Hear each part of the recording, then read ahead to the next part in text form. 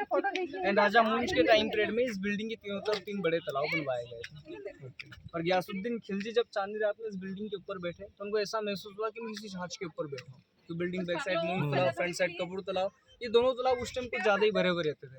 और गयासुद्दीन खिलजी बेसिकली अफगानिस्तान से आए थे और अफगानिस्तान में पानी नहीं होता। जब ने इस बिल्डिंग के तीनों तरफ पानी देखा तो उनको ऐसा महसूस हुआ कि मैं किसी जहाज के ऊपर बैठा हूँ। इसलिए गयासुद्दीन खिलजी के द्वारा इस बिल्डिंग के ऊपर 5 बड़ी गुम्बजों का निर्माण करवाया गया, इसमें से एक गुम्बज अभी डिस्ट्रॉय हो चुकी है। उन्हीं 5 बड़ी गुम्बजों के कारण इस बिल्डिंग की शेडो चांदनी रात में जब भी मून तालाब के अंदर दिखती है तो ऐसा लगता है कोई जहाज लंगर डाले खड़ा। इस प्रकार से इस बिल्डिंग की शेडो बनती है, इस बिल्डिंग की परछाई बनती है, इसलिए इस बिल्डिंग को नाम दिया गया जहाज। एंड गयासुद्दीन खिलजी के द्वारा इस तालाब को नाम दिया गया था कपूर महल बनाते थे। The palace resembles a ship. कौन सा शिप लग रहा है?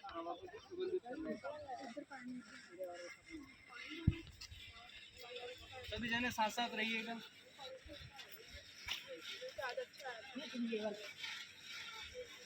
और अभी अपने जहाँ से एंट्री ली बिल्डिंग का बैक साइड गेट है, फ्रंट एंट्री गेट इधर से दे रखा है। तो राजा महाराजा इधर से एंट्री लेते थे। लास्ट में चलेंगे उधरों थल्ले उतरांगे ना, उधरों थल्ले। तो पूरी एरिया का कंपाउंड का एंट्री गेट इधर से हुआ करता था। जहाजमहल का एंट्री गेट भी वहीं से था। सामने वाली सीढ़ियों का निर्माण बाद में जहांगीर के द्वारा करवाया गया। ये सीढ़ियाँ जल्दबाजी में बनवाई गई, इसलिए भी आप इन सीढ़ियों की मदद से ऊपर चलोगे या नीचे उतरोगे तो आपको चलेगा कई कहते सीढ़ियाँ बड़ी और कई कहते सीढ़ियाँ छोटी। तो इन सीढ़ियों का निर्माण जल्दबाजी में जहांगीर के द्वारा करवाया गया। गेट के दोनों तरफ देखिए अभी आपको पिलर दिख रहे हैं जो ऊपर तक कनेक्टेड है। जल्दबाजी में क्यों करवाया है? क्या रीजन? जल्दबाजी में इसलिए क्योंकि उसको यहाँ पे आना था जल्दी। अच्छा। अब आने से पहले डिसाइड किया कि इधर से एंट्री लेंगे, तो इधर से एंट्री लेंगे तो एंट्री गेट के लिए यहाँ सीढ़ियाँ बना देंगे। अभी अपने जैसे पीएम ने बोल दिया कि मैं इधर से नहीं इधर से एंट्री लूँगा, फिर पूरे एडमिन को चलो भैया तो गेट के दोनों तरफ देखिए जब वो पिलर बने दिख रहे हैं ऊपर तक कनेक्टेड, जो अंदर से पूरी तरीके से पानी प्रेशर से मिलता है। उसी प्रेशर के कारण इसकी प्लेटफॉर्म के बीच में एक पिलर बना होता है जहाँ पर छोटे छोटे छेद दे रखे थे। तो अब एक फाउंटेन एक पूरा बन के क्रिएट होता है। जब यहाँ से पानी अगर फ्लो होता है ऐसे को चैनल दे रखा है जो सीधे कपूर से कनेक्टेड है, जो इजली पानी को। एंड 1617 के लगभग में जब Jahangir first time mount visit करने भैया ये कपूर तालाब क्यों कहते हैं इसको? कपूर ताकि वो खराब ना हो पानी सड़े भी ना और जो भी हवा चल से टकरा के आए ऑटोमेटिक एयर फ्रेशनर काम भी करे। डिसइंफेक्शन वाला तेनू बाहर ना बुक दे दूंगा, तू इधर बॉडी करी जा रहा है। वाइन और 2-3 दूरबीन, उनको देख के जहांगीर इतना ज़्यादा खुश हो जाता है कि उसको इंडिया के अंदर व्यापार करने की अनुमति दे देता है। मतलब 2 बोतली में जहांगीर बोतली में उतर गया। और रेड कलर का ये जो स्टोन दिख रहा है आपको, ये धनपुरी स्टोन है जो राजस्थान से लाया गया। और व्हाइट कलर का जो मार्बल है मकराना स्टोन, वो भी राजस्थान से लाया गया। और बिल्डिंग के ऊपर टाइल्स के रूप में पत्थरों को लगाया गया। और अंदर तो आपको मांडू के पत्थर देखने को मिलेंगे जो आसपास के तालाब की फुटवे में लिखे। तो बोलते हैं बहुत के हाथी घोड़े पहले तो नदी के द्वारा लाया जाता है, पास में जो नदी वहाँ से आ रही हो, नदी से फिर वो हाथी से बैलगाड़ी से ये सब भी अब डिस्ट्रॉय हो गया ना। ये नहाने वाने के फिल्टरिंग प्लांट है, पानी को साफ करके पीने की योग्य बनाया जाता है। कपूर तालाब से पानी अगर प्राचीन हिंदू बावड़ी में जाएगा, सॉरी फिल्टरिंग प्लांट में जाएगा, फिल्टरिंग प्लांट से प्राचीन हिंदू बावड़ी में, प्राचीन हिंदू बावड़ी चंपा बावड़ी में, चंपा बावड़ी से मूंज तालाब में। तो तालाब बावड़ी एक दूसरे से कनेक्टेड, जिससे पानी का सर्कुलेशन बनता रहे, जिससे साल भर पानी साफ हो और सड़े भी ना। चंपा बावड़ी उधर है जो नहाने का भी है ना, एक वो भी है ना, उस पे ऊपर से लाइट आती है। वो देखिए अंदर क्या मून का वो पड़ता है ना, अभी ये 7 साल हो गया 3 साल। ये क्या भाई? ये तो मॉडल है। अच्छा, ये जहाजमहल का मिनी मॉडल है जो आज से 5 साल पहले आर्कियोलॉजिकल सर्वे ऑफ इंडिया के थ्रू बिल्ड किया गया। और इस मिनी मॉडल में ये दर्शाया जा रहा है कि जहाजमहल पूरी तरीके से कुछ इस प्रकार से बना हुआ था। जैसे भी आप जहाजमहल के मिनी मॉडल में जो राइट हैंड तरफ वाइट कलर का मार्बल का बिल्डिंग देख रहे हो जो उधर के साइड डिस्ट्रॉय होती है, मतलब जहाजमहल पूरी तरीके से कुछ इस प्रकार से बना हुआ है। एंड जहाजमहल का मेन एंट्री गेट ये हुआ। और यहाँ पे बहुत सारी मूवीज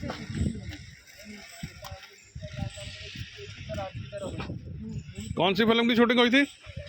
जरा हट के जरा बच के मूवी तो इतनी फेमस नहीं हुई पर उसका गाना बहुत ज्यादा फेमस हुआ था। कौन सा? तेरे वास्ते फलक से मैं चांद लाऊंगा, 16-17 स्टार संग बांट लाऊंगा, जैसे विकी कौशल और सारा अली खान ने भी रोल किया। उसकी शूटिंग सामने वाली बिल्डिंग के अंदर हुई थी, जिसका नाम है हिंडोला में। हाँ इंडोला में। और ब्लैक एंड व्हाइट में एक मूवी बनी थी किनारा। किनारा मूवी का एक फेमस गाना है, नाम गुम जाएगा चेहरा है बदल हाँ, हाँ, हाँ, जाएगा, हाँ। तेरी आवाज़ पहचान है, जिसे हम मान ली जितेंद्र धर्मेंद्र ने रोल किया, लता मंगेशकर ने गाना गाया। उसकी शूटिंग उस बिल्डिंग के अंदर ही हुई थी। और इसी बिल्डिंग के ऊपर हर शाम 7 बजे लाइट एंड साउंड शो बताया जाता है आशुतोष राणा की आवाज़ में, जो उन 4 बॉक्सों की मदद से लेजर लाइट के थ्रू हिंडोला महल की वॉल को फोकस करके बताया जाता है। आज का इतिहास। आज नाइट में भी आप नेक्स्ट टाइम मांडू में आइएगा देखने के लिए। ये देख चुके आप पहले? ये पहले भी हमने देखा नहीं, देखेंगे आज।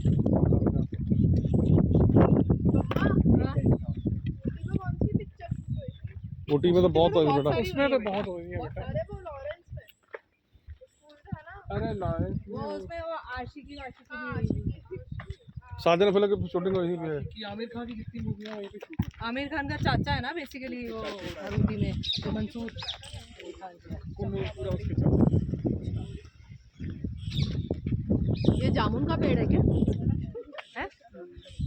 नहीं। वो लंबा तो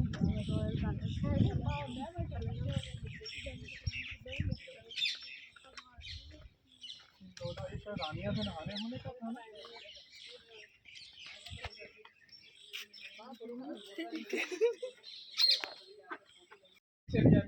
इसका क्या हिस्ट्री है? आपको बताएंगे हिस्ट्री, उससे पहले आपकी फोटो लेंगे क्योंकि यहाँ पे बहुत सारी मूवी की शूटिंग भी हुई है। और दीजिएगा, आपका फोन दीजिएगा। और हिंडोला का मतलब ये होता है झूला। और इस बिल्डिंग को भी 4 बार कन्वर्टेड किया गया। इस बिल्डिंग का निर्माण करवाया था राजा मुंज के द्वारा 10th सेंचुरी के लगभग में। उस टाइम पीरियड में ओनली बिल्डिंग की 4 दीवारें, बिल्डिंग के अंदर की 5 आर्च बनवाई गई थी।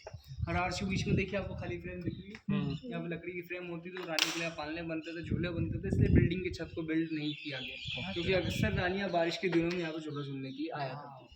राजा मुंज के बाद आए सेकंड हिंदू किंग राजा भोज। राजा भोज के द्वारा इस बिल्डिंग को तोड़ते ना, राजा भोज ने इस बिल्डिंग को वाग्देवी के मंदिर में कन्वर्ट कर दिया। तो उस टाइम गर्भगृह अंदर था, ये मंदिर का पूरा पार्ट था। मतलब राजा भोज के टाइम पीरियड में यही बिल्डिंग सरस्वती जी का टेम्पल हुआ करता था। राजा भोज से लगा कि 1305 तक यहाँ पे परमार डायनेस्टी रही। आखिर राजा थे महालक देव परमार, जिनके ऊपर दीवार खां गोरी गुप्तचरों की मदद से मांडू को जीत पाते हैं। और दीवार खां गोरी का बेटा था होशिंग शाह गोरी। तो होशिंग शाह गोरी के द्वारा बिल्डिंग के अंदर जितनी भी मूर्तियाँ थी, उन सभी मूर्तियों को बाहर निकाला गया। बिल्डिंग के सपोर्ट के रूप में रोमन आर्किटेक्चर में पिलर्स बनवाए गए, जो बिल्डिंग को पिरामिड का शेप दे रहे हैं। और उन्हीं पिलरों के अंदर उन मूर्तियों को चुनवा दिया गया जो बिल्डिंग के अंदर से निकली। मैं आज भी आपको मूर्तियाँ दिखा सकता हूँ जो आज भी आसपास के पिलरों में देखने को मिलती है। अब गोरी डायनेस्टी के बाद आई थी खिलजी डायनेस्टी। खिलजी डायनेस्टी के द्वारा इस बिल्डिंग को तोड़ते ना हुए दीवाने खास के रूप में उपयोग में ले जाने लगा। उस टाइम रानी की बैठने की जगह सामने उस बालकनी में होती थी। नीचे साइड रॉयल फैमिली के व्यक्ति एंड कोने वाले सीढ़ी की मदद से गयासुद्दीन खिलजी ऊपर जाके इस बालकनी में बैठता था। यहाँ पे लगता था दीवाने खास मतलब प्राइवेट मीटिंग। और बिल्डिंग की छत ना होने के कारण बरसात का पानी सीधे बिल्डिंग के अंदर आ जाएगा, इसलिए गयासुद्दीन खिलजी के टाइम पीरियड में लकड़ी की छत बनवाई गई थी। और लकड़ी की छत बनाने के बाद इस बिल्डिंग के अंदर अंधेरा हो जाया करता था, इसलिए यहाँ पे 14 गेट बने हुए हैं, जिसमें से 12 गेट अभी आपको आमने सामने दिख रहे हैं। इन गेटों के ऊपर देखिए अभी आपको डिजाइन बनी हुई दिखेगी। और इसी डिजाइन के अंदर सोने और चांदी भी जड़े हुए थे। सोने के डिजाइन में हीरोइन को भी लगवाया गया। और ऊपर में जो लकड़ी की छत थी उसके नीचे मसाल को जलाया जाएगा। जब वेंटिलेशन में मोटे कांच की फ्रेम, जब भी मसाल जलाएंगे उसकी रोशनी कांच तक, कांच का रिफ्लेक्शन गेट पे, जिससे गेट चमकता दिखता था। इसी प्रकार से 12 गेट चमकता दिखता था। यहाँ पर रोशनी भी हो जाया करती थी। और ये बिल्डिंग थी भी दीवाने खास, तो खास लोगों के लिए खास जगह होती थी। खाने में मीठा टेस्ट आता है। अच्छा पीला छोटा इतना कोई खाने में बिल्कुल मीठा टेस्ट आता है। इसको कहा जाता है मांडू का मेवा। और जो लगाए मांडू का मेवा करे बाप बेटी की सेवा। इस पेड़ की खासियत ये है कि बाप लगाएगा और बेटा खाएगा। हाँ, इंदौर में नहीं मिलता जाता है बहुत सारा। कितने याद रखना।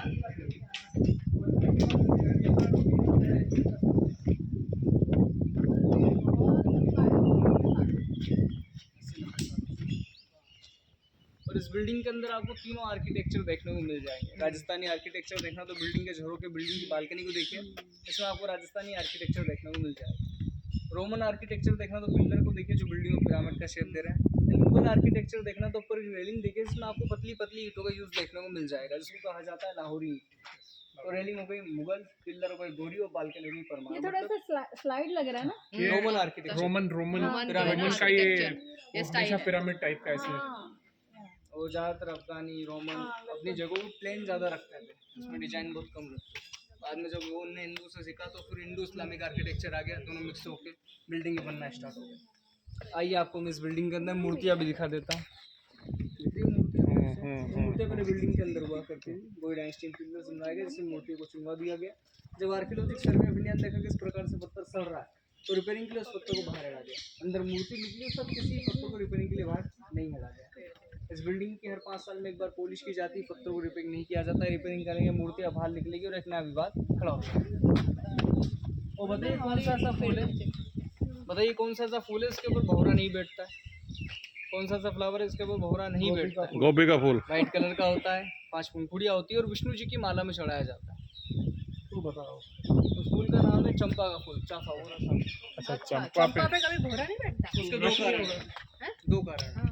साइंटिफिक रीजन ये है कि चंपा के फूल का जो पराग होता है वो नीचे होता है, वहाँ तक भौरा जा नहीं सकता, इसलिए चंपा के फूल के ऊपर नहीं बैठता। और एक कहावत भी कही जाती है कि चंपा तुझमें 3 गुण, चंपा तुझमें 3 गुण, रंग रूप और वास, निर्गुण तुझमें कौन सा जो भवर ना आए पास। तो चंपा लागे हरि की वर, तो चंपा लागे हरि की वर और भवर लागे हरि का दास, उमा अपनी समझ कर भवर न आए। उस पूरे दोहे का साइंस है कि चंपा का फूल विष्णु जी की माला में लगता है और विष्णु जी का जो दास है वो भवरा, तो अपनी माँ समझ कर चंपा के इस बांधे को यहाँ पे 2 कारणों के वर्ष बिल्डिंग किया गया। सबसे बड़ा रीजन तो ये कि पूरे कंपाउंड में जो भी बारिश का पानी गिरेगा आके इस बाउल में जमा हो जाएगा। कंपाउंड के बाहर गिरेगा तो आसपास के तालाब में जमा होगा, कंपाउंड के अंदर गिरेगा जो भी पानी बरसात का वो आके इस बाउल में जमा हो जाएगा। पानी के लेवल को हमेशा जो ब्लैक कलर का ऊपर वेट नहीं डालना, वेट नहीं डालना, नीचे आ जाएगा। तो जहाँ पे भी आपको ब्लैक पट्टी दिख रही है, यहाँ तक पानी के लेवल को मेंटेन रखा जाता है। पानी ओवरफ्लो होने पर ऑटोमेटिक नीचे में जाकर पानी जमा हो जाएगा। तो पानी का लेवल जो ऊपर रहेगा तो नीचे के 2 गेट जो भी आप देख रहे हो ये पानी के लेवल ऊपर होने के कारण नहीं दिखते थे। तो जो रानी ने राजा के आक्रमण करने के बाद, जैसे मुगलों का आक्रमण होता था, जो राजपूत रानियां इसी जगह पे गिरा जाया करती थी, वो रानी यहाँ पे आके जंप लगा लिया करती थी। तो नए राजा नए सैनिक को क्या लगता था, रानियों ने जल समाधि ले ली, जैसे आग में कूदने बोलते, जो पानी में कूदने बोलते जल समाधि। पर रानी जल समाधि नहीं लेती, स्विमिंग करते उस गेट तक जाएगी। गेट के पास से खड़ी सीढ़ियाँ देखिए, जिससे ऊपर चढ़ेगी और पहुंच जाएगी बेसमेंट एरिया में। और बेसमेंट एरिया तक जाते जाते पानी का लेवल खत्म, -1 से -2 -3 और 3 से होते थे मांडू से बाहर निकलने गुप्त रास्ते, जहाँ से इजीली रानियां मांडू से बाहर निकल जाती थी यार, ये अभी आपको -1 तक ले चलूंगा तो वहाँ से वो रास्ते दिखा दूंगा। एक्चुअली सती नहीं जहाँ से होती रानी चंपावली से बाहर निकलती थी वो रास्ते थी, वो इस पे जंप मारती थी, वहाँ से दरवाजा खुलता था। वो अभी आप सब यहाँ पे खड़ा हो स्विमिंग जान दिया, आक्रमण हो गया ना रानी को। चंपावली के साथ सभी को उधर करो। पर अभी अपन बिल्डिंग का ओनली 20% एरिया देख पाएंगे, 80% हिस्सा आज पूरी तरीके से डिस्ट्रॉय हो चुका है। किसने डिस्ट्रॉय किया? इसके पीछे के 2 बड़े रीजन, सबसे बड़ा कारण तो ये कि जब मांडू वीरान होता तो बिल्डिंग की देखभाल करने के लिए कोई नहीं था, इसलिए बिल्डिंग ऑटोमेटिक डिस्ट्रॉय हो गई। और सेकंड रीजन ये कि जब मांडू वीरान था तो आसपास के गाँव वीरान नहीं थे। जब भी उनको घर बनाना रहता था बैलगाड़ी लेके आते थे, बिल्डिंगों से पत्थर ले जाकर अपना घर बिल्ड करते थे। तो ऐसे करते करते यहाँ के पत्थर भी गायब हो गए। और कभी आपने दिन में चांद सितारे देखे? हाँ, वो मैंने एक बार ही देखा था। किसी ने दिन में चांद सितारे देखे? हाँ। चलिए आज आपको वापस से दिखा देते हैं। वो तो जो करना करने लगे वो तो क्यों?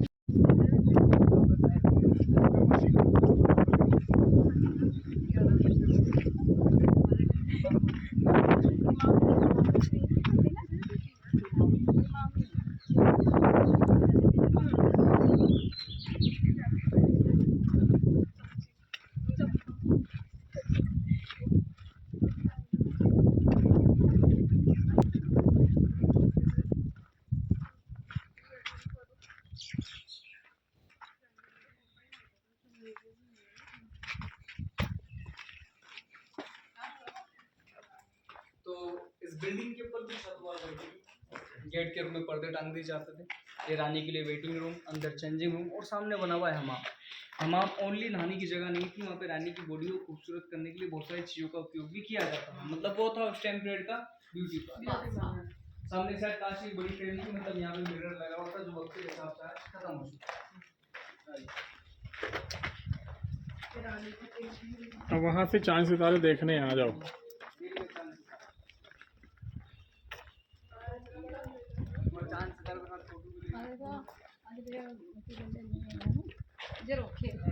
ओले कहने दे, दीवे पाल देंगे। देख लो जी, दिन में चांद सितारे, वाह जी वाह, ब्यूटीफुल। ये रात को भी दिखते थे। ओह अलग देखो, चांद सितारे दिन में देख लो नीचे जमीन पे। ऊपर भी वो तो बांधे है ना। इस जगह का नाम है हमाम, और हमाम का मतलब होता है नहाने की जगह। और इस बिल्डिंग को बिल्ड किया था जहांगीर ने अपनी बेगम नूर जहां ने। जब Jahangir first time Mandu visit करने के लिए आया था 1617 के लगभग में, उस टाइम पीरियड में इस बिल्डिंग को बिल्ड किया गया था तुर्की शैली में। बाहर जाके बात करते हैं, पहला है ठीक ना। है, थोड़ा बारू से। हाँ तो इस बिल्डिंग का निर्माण जहांगीर के द्वारा करवाया गया था तुर्की शैली में, इसलिए इस बिल्डिंग के ऊपर आपको चांद और सितारे की डिजाइन देखने को मिलेगी। इसी चांद और सितारे की डिजाइन के नीचे मोटे कांच की फ्रेम होती थी, और कांच की फ्रेम को रोकने के लिए पतली सी बॉर्डर का निर्माण करवाया गया, जहाँ पर कांच की फ्रेम रुकी हुई रहती थी। गेट की जगह पे मोटे मोटे लेदर के पर्दे टांग दिए जाते थे, मतलब चारों गेटों पर लेदर पर्दे, ऊपर कांच की फ्रेम। और इस जगह में नीचे की साइड फायर किया जाएगा, तो ऊपर एक तांबे के मटके को रखा जाएगा। इन तांबे के मटके के अंदर से तांबे के पाइप दे रखे थे, जो मिनी मिनी होल्स अंदर जाते थे, और सामने जहाँ पे आपको दीवार से मिनी मिनी होल्स दिख रहे हैं, यहाँ तांबे के पाइप बाहर निकलते थे। या फिर जो बिग होल आपको दिख रहा है इसके अंदर देखिए, आज भी आपको 3 तांबे के पाइप देखने को मिल जाएंगे। तो इन्हीं तांबे की पाइप की मदद से जो भी तांबे के मटके के अंदर स्टीम जमा होगी, तांबे की पाइप की मदद से बाहर निकलेगी, इस रूम में जमा हो जाएगी, जिसको उस टाइम कहा जाता था सोना बाथ, और आज कहा जाता है स्टीम बाथ। क्योंकि चारों गेटों पे दर पर तो ऊपर कांच की फ्रेम, जिससे स्टीम इसी रूम में जमा है। उस टाइम रानी के पास मेकअप नहीं था, तो हल्दी का ले, पास में चंदन का ले, हल्दी चंदन ले, बाहर निकालना है, मिक्स करना है, रानी की बॉडी के ऊपर पेस्ट करना, डायरेक्ट रानी को सामने बैठ जाना। उस टाइम उनकी बॉडी के ऊपर रोले सूख जाएगा। यहाँ से आपका एक फोटो लेंगे चांद सितारों के साथ, तो यहाँ से फटाफट ले ले। ये चूने के पाइप के ऑप्शन बचे हुए। अब चूने के पाइप को बनाने का तरीका ये था कि चूना और बालू रेत को मिक्स किया जाएगा और तांबों के पाइप के ऊपर सुखाया जाएगा। जब तांबे का पाइप का सूखने के कारण वो एक पाइप का रूप ले लेगा, तांबे का पाइप बाहर निकाल लिया जाएगा, उसको अंदर फिट कर दिया जाएगा, ऊपर से कवर कर दिया जाएगा। जो भी बरसात का पानी गिरेगा बिल्डिंग के टेरेस पर, चूने की पाइप की मदद से आएगा। सबसे पहले चूना उसको साफ करेगा, और साफ करने के बाद चूना बरसात और ठंड के दिनों में हो जाता है गर्म, तो पानी को हल्का कुनकुना करके इस टैंक में जमा करेगा। जो भी हवा चलेगी इससे टकरा के अंदर जाएगी, जो रूमों को बरसात और ठंड के दिनों में गर्म रखने का काम करेगी। गर्मी के दिनों में मूंगफली का पानी रस्सी बाल्टी की मदद से बिल्डिंग के टेरेस पर चूने की पाइप की मदद से आएगा। सबसे पहले चूना को साफ करेगा, और साफ करने के बाद चूना गर्मी के दिनों में हो जाता है ठंडा, तो पानी को ठंडा करके इस टैंक में जमा करेगा। जो भी हवा चलेगी इससे टकरा के अंदर जाएगी, जो रूमों को गर्मी के दिनों में ठंडा रखने का काम करेगा। अगर ठंड के दिनों में गर्म, गर्मी के दिनों में ठंडा रूमों को रखा जाता था चूने के पाइप के हिसाब से, और जो पानी को कन्वर्ट किया जाता था चूने के पाइप के हिसाब से।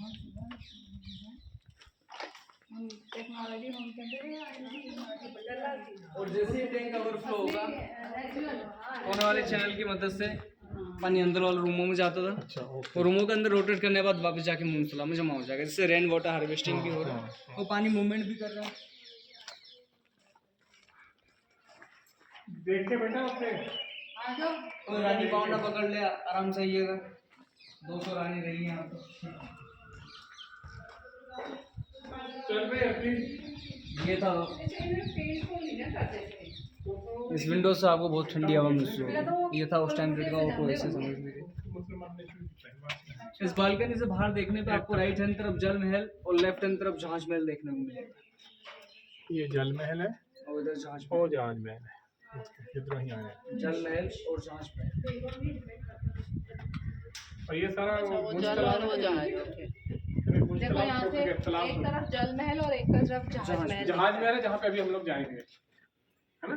तो राइट हैंड तरफ जो जल महल है, उस बिल्डिंग का निर्माण स्पेशल मुगलों के द्वारा जहांगीर के लिए करवाया गया, क्योंकि जहांगीर जब फर्स्ट टाइम मांडू विजिट करने के लिए आया था, गर्मी बहुत ज़्यादा थी, इसलिए उन्हें जल्दी मांडू छोड़ के चला गया। जब सेकेंड टाइम आया तो मुगलों के द्वारा उस बिल्डिंग को बनाया गया मून तालाब के बीच में, तालाब के बीच में इसलिए क्योंकि जिधर से भी हवा चले मून तालाब से टकरा के जाए, जिससे बिल्डिंग नॉर्मल बिल्डिंगों से बहुत ही ज़्यादा ठंडी रहे। और जहांगीर और नूरजहाँ जब सेकेंड टाइम मांडू विजिट करने के लिए आया था, तो नूरजहाँ के बैठने की आराम आ रहा, और आरामारा के जन्म होने से पहले मतलब 6 महीने पहले जहांगीर और नूरजहाँ मांडू में आ चुके थे। तो उस टाइम जो नूरजहाँ की जो दाई थी, जो नर्स थी, उन्होंने नूरजहाँ से कहा था कि आपको ज़्यादा स्विमिंग करना है, इसलिए इस बिल्डिंग की तीनों तरफ 3 बड़े स्विमिंग पूल्स का निर्माण भी करवाए गए, जहाँ पे नूरजहाँ दिन में 1 या 2 बार स्विमिंग करती थी, और नाइट में जाके जल महल के टेरेस से बैठ जाया करते थे। उसी टेरेस से उस प्लेटफॉर्म को देखती जो तालाब के बीच में बना हुआ है, जहाँ पे ओपन टेरेस जैसे नाटक बताया जाते थे, जहांगीर और नूरजहाँ अक्सर जल महल के टेरेस से देख लिया करते थे।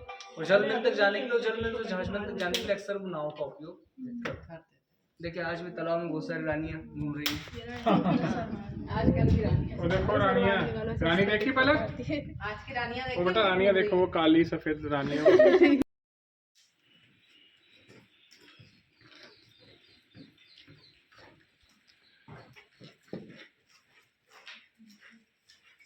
बड़ी सोनी फोटो है। वन में जा रहे हैं, तो दिन सीढ़ियों से जा रहे हैं। ये सीढ़ियाँ उस टाइम पीरियड में नहीं थी, ये पूरा एरिया पूरी तरीके से ब्लॉक हुआ करता था। जब जगह दसी तो सीढ़ियाँ बनवा दी गई। ध्यान ना लग ना जाए।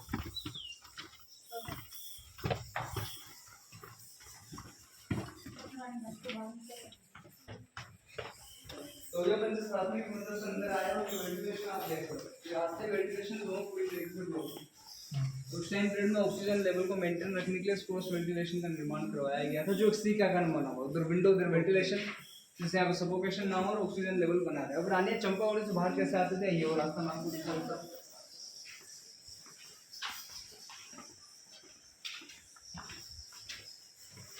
तो सबसे पहले रानियों को चंपावली के ऊपर जंप करना। मैंने आपको ऊपर चंपावली दिखी थी, पानी का लेवल दिखा था, पट्टी का पानी का लेवल जो यहाँ तक रहता था। तो रानी को ऊपर जंप करना है, स्विमिंग करके उस पानी के लेवल से बाहर और आ जाना -1 में।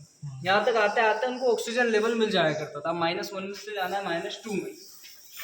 -2 पे जाने की सीढ़ियाँ दे रखी, जहाँ से इजीली रानियाँ -2 में, -2 से -3 और 3 से होते थे मांडो से बाहर निकलने गुप्त रास्ते, जहाँ से इजीली रानियाँ मांडो से बाहर भाग जाया करती थी। और जो रानियाँ नहीं भाग पाई वो आज भी यहाँ पे लटकी हुई है। कितना लटकी हुई है, लाइट से दिखा। खून पीने वाली रानी। Oh my God.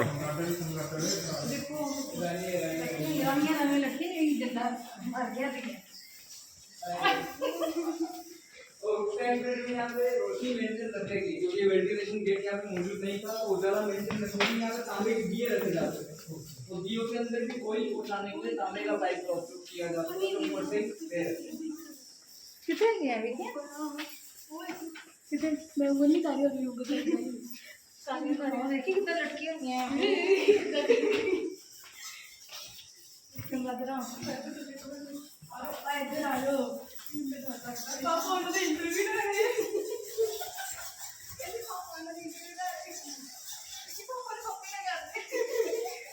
देखो जी चमगद्दड़, इन्हों कहते राणियां, उन्होंने आत्मा भटक रही है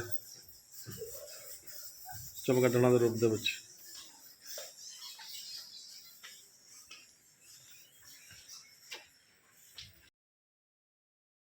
बिल्डिंग के ऊपर लोटस डिजाइन में स्थित तालाब के ऊपर वहाँ से कमल का फूल होता है, नीचे होता है कछुआ। एंड कमल का फूल किसका प्रतीक माना जाता है? कछुआ, विष्णु का। बिल्डिंग के ऊपर लोटस, बिल्डिंग के टेरेस पे जो भी बरसात का पानी गिरेगा पूरे टेरेस का फ्लो इधर रखा है, जिससे ऑटोमेटिक पानी लोटस के टैंक में जमा होता है। जैसे ही लोटस का टैंक पानी से ओवरफ्लो होगा तो वहीं से पानी एक झरने की तरह सीधे इसी डायरेक्शन में इस जगह पे गिरेगा, जहाँ पे अभी आपको लोहे की विंडो दिखी। लोहे की विंडो वाला एरिया ओपन था, बाकी पूरा एरिया कवर्ड, सीधा पानी इसके अंदर जमा होगा। बाउडी का नाम है कटोरा। बाउडी की कटोरा शेप बोलो को छोटी सी बनी है। जैसे बाउडी ओवरफ्लो की कोने वाले चैनल की मदद से ऑटोमेटिक पानी कछुआ डैम और कछुआ डैम से नीचे जाओगे। तो इस प्रकार से रेन वाटर हार्वेस्टिंग भी की जाती है। और गयासुद्दीन खिलजी के द्वारा कछुआ डैम के अंदर सीढ़ियों का निर्माण करवाया गया, उस टैंक को स्विमिंग पूल में कन्वर्ट कर दिया गया। क्योंकि गयासुद्दीन खिलजी के लिए वास्तुशास्त्र कुछ मान्यता नहीं रखता है, तो खिलजी डायनेस्टी में नीचे वाले रूम पे हरम, ये था स्विमिंग पूल और सामने तो उसकी चेंजिंग। तो अभी आपको कोने वाली सीढ़ियों की मदद से बिल्डिंग के टेरेस पे आना है, बिल्डिंग के ऊपर लोटस, नीचे कछुआ डैम देखना है, आगे बढ़ना है, सामने सीढ़ियों से नीचे उतरो तो आपको एग्जिट करना है। बस यही है तेरा काम खत्म। कैसा लगा आपको विजिट करके, ये बताइए। और उसका जो है लो जी असीं पहुंच गए जी राणी रूपमती दे महल। आ देखो चढ़ाई है जी, ते सामने महल है जी राणी रूपमती का। ਇਹਦੀ ਕੀ ਹਿਸਟਰੀ ਆ ਇਹ ਤੁਹਾਨੂੰ ਉੱਪਰ ਜਾ ਕੇ ਦੱਸਦੇ ਆ ਜੀ, ਫਿਲਹਾਲ ਤਾਂ ਮੈਨੂੰ ਵੀ ਨਹੀਂ पता।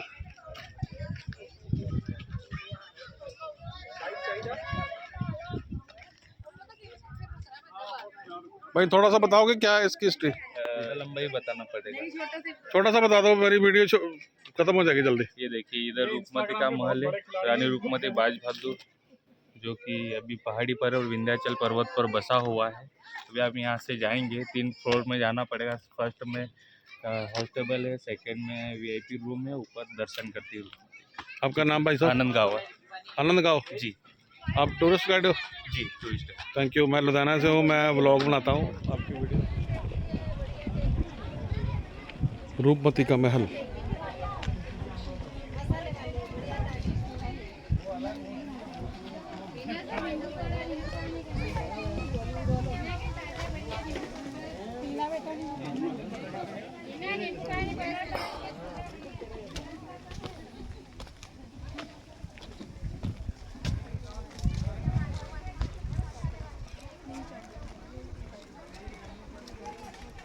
ਇਹ ਦੋ ਰਸਤੇ ਆ ਜੀ, ਇੱਕ ਤਾਂ ਇੱਧਰ ਹੈ ਵਾਕਵੇ, ਇਹ ਵਲਵਲੇਵਾ ਬਹੁਤ ਹੈ, ਇਹ ਸਿੱਧੀਆਂ ਚੜਾਈਆਂ ਚੜ੍ਹਦੀਆਂ ਜੀ, ਉਹ ਦੇਖੋ ਸਾਹਮਣੇ, ਬਹੁਤ ਹੀ ਸ਼ਾਰਟਕਟ ਹੈ।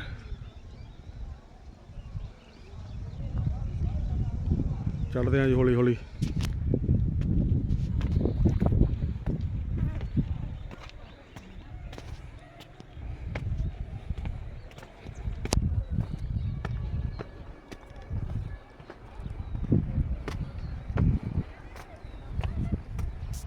ਜੀ ਦੇਖੋ ਬੰਦੇ ਦਾ ਮਹਿਲ,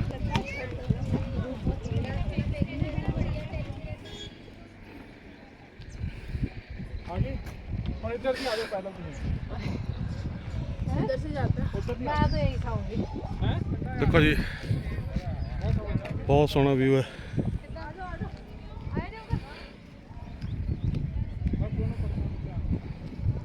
आज बात फिर आ जा। नाम करना हो गया, नवा नाम करना हो गया। ਆ ਦੇਖੋ ਜੀ ਇੱਕ ਹੋਰ ਛੋਟਾ ਰਸਤਾ,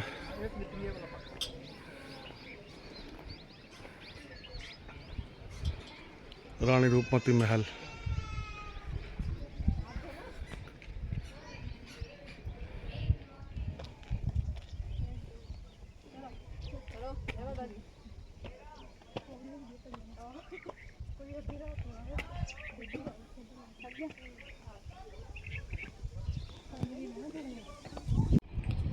ਇੱਧਰੋਂ ਆਪਾਂ ਉੱਪਰ ਆਏ ਜੀ, ਦੇਖੋ ਕਿੰਨਾ ਸੋਹਣਾ ਵਿਊ ਹੈ।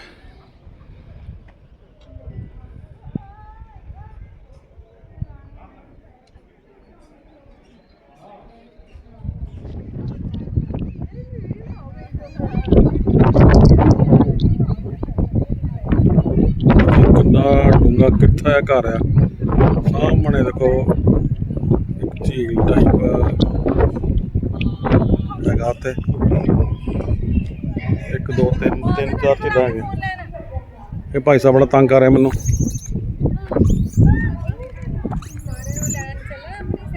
एक जो अल्फा बंदा है ना वो पेड़ के ऊपर जाना। ਉਹ ਥੱਲੇ ਕੋਈ ਪਤਾ ਨਹੀਂ ਫੈਕਟਰੀ ਆ ਜਾਂ ਕੀ ਹੈ। ਸਾਹਮਣੇ ਦੇਖੋ ਕਿੰਨਾ ਹਾਈਟ ਤੇ ਹੈ, ਦੇਖੋ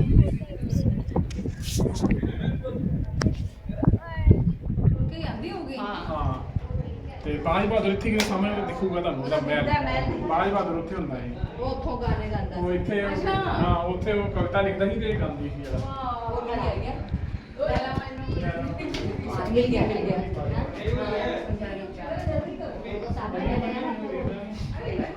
ਮਹਿਲ ਆ ਜੀ, ਬਹੁਤ ਸੋਹਣਾ ਮਹਿਲ ਹੈ ਜੀ, ਅਲਟੀਮੇਟ। ਆ ਦੇਖੋ ਜੀ ਮਹਿਲ ਦਾ ਬਾਹਰੀ ਕਿਨਾਰਾ, ਵਾਓ। ਆਸੇ ਪਾਸੇ ਬਹੁਤ ਸੋਹਣੇ ਜੰਗਲ ਹੈ, ਹਾਈਟ ਤੇ ਬਹੁਤ ਜ਼ਿਆਦਾ। ਦੇਖੋ ਸਾਰਾ ਏਰੀਆ ਦਿਖ ਰਿਹਾ ਉੱਪਰੋਂ।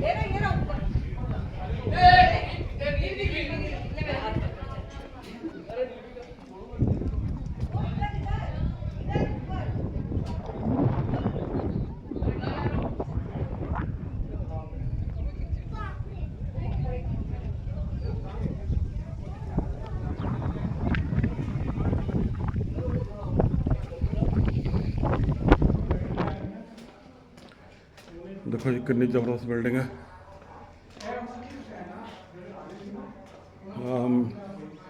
महल का बाहरी हिस्सा जी, ये ऊपर जा रहा है किते।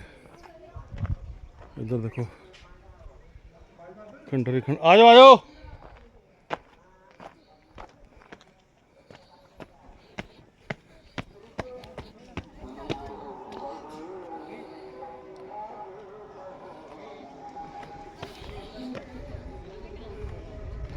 ये सब तो उपर आ गए जी आप छत ते, महल के उपर रानी रूपमती।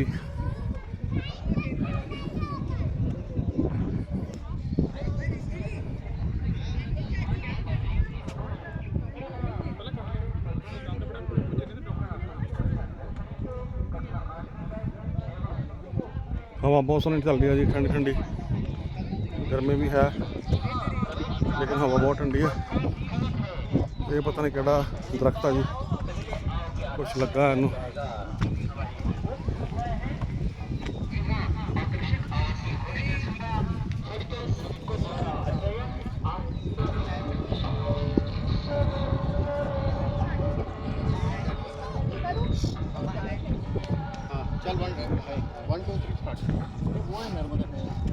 क्या हुआ नर्मदा ऊपर वो क्या है, वो पानी दिख रहा है, वो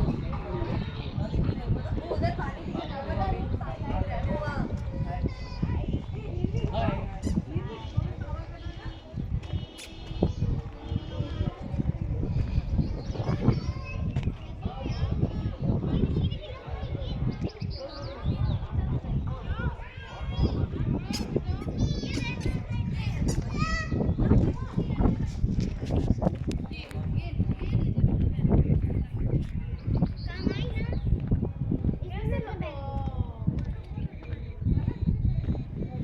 ਸਾਹਮਣੇ ਦੇਖੋ ਜੀ ਲੰਗੂਰ ਤੁਹਾਡਾ ਸਵਾਗਤ ਕਰਨ ਵਾਸਤੇ ਬੈਠੇ ਨੇ।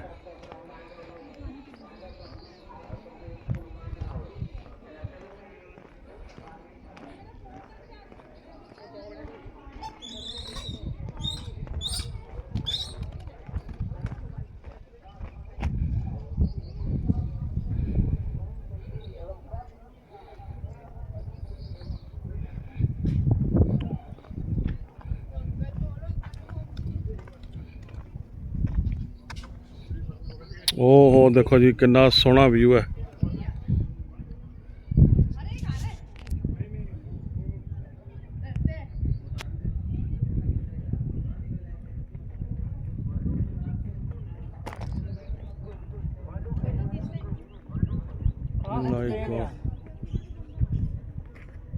ਸਾਹਮਣੇ ਕੋਈ ਚੀਜ਼ ਹੈਪੀ ਹੋ ਗਈ ਸਾਹਮਣੇ ਕਿਹੜਾ ਉਹ ਇਹ ਸਾਰੇ ਸ਼ਹਿਰ या कोई तालाब वगैरह है? अंकल आ गए। भाई बोतल है मेरे को पानी ਦੀ ਇੱਥੇ ਨਹੀਂ ਮਿਲਣਾ। ਬਾਜ ਬਹਾਦਰ ਨਾਂ ਦਾ ਬਾਜ ਹੁੰਦਾ ਸੀਗਾ ਜਿਹੜਾ ਇੰਚਾਰਜ ਹੁੰਦਾ ਸੀ ਮਾਂਡੂ ਦਾ। ਉਹਨੇ ਬਾਅਦ ਵਿੱਚ ਆਪਣੇ ਆਪ ਨੂੰ ਰਾਜਾ ਘੋਸ਼ਿਤ ਕਰਤਾ। ਰੂਪਮਤੀ ਉਹਦੀ ਪ੍ਰੇਮਿਕਾ ਸੀ। ਉਹ ਐਕਚੁਅਲੀ में कैटल ਜਿਹੜੀ ਗੋਟ ਚਰਾਉਂਦੀ ਸੀ। ਇਹ ਜੰਗਲ ਵਿੱਚ ਗਿਆ ਸੀ ਸ਼ਿਕਾਰ ਕਰਨ ਤੇ ਇਹਨੂੰ ਪਸੰਦ ਆ ਗਈ ਸੀ ਬਟ ਉਹ ਛੋਟੀ ਜਾਤੀ ਦੀ ਸੀ ਇसीलिए ਉਹਦੀ ਸ਼ਾਦੀ ਨਹੀਂ ਹੋ ਸਕਦੀ ਸੀ ਮਤਲਬ ਹਿੰਦੂ ਰਿਵਾਜਾਂ ਦੇ ਹਿਸਾਬ ਨਾਲ ਤੇ ਉਹ ਬਹੁਤ ਅੱਛੀ ਸਿੰਗਰ ਸੀ ਤੇ ਬਾਤ ਬਹਾਦਰ ਕਵਿਤਾएं ਲਿਖਦਾ ਸੀ ਨੀਚ ਜਾਤ ਹਾਂ ਇੰਜ ਇਹਨਾਂ ਦੀ ਲਵ ਸਟੋਰੀ ਚੱਲੀ ਫਿਰ ਬਾਅਦ ਵਿੱਚ ਕਿੰਨੇ ਆਕਰਮਣ ਕੀਤਾ ਨਾ ਤੇ ਬਾਲ ਬਹਾਦਰ भगौड़ा हो गया बच गया फिर रानी रूपमती का कुछ पता नहीं है अभी तक कि यहाँ तो मर गई यहाँ उन्हें अपना ਅਜੇ ਤੱਕ ਲਾਪਤਾ ਜਾਨੇਗੀ। ਅਜੇ ਲੱਭਣ ਆਏ ਹੁਣ ਕੀ ਪਤਾ ਲੱਭ ਹੀ ਜਾਵੇ ਸਾਨੂੰ ਯਾਰ। ਆਪਾਂ ਜੋ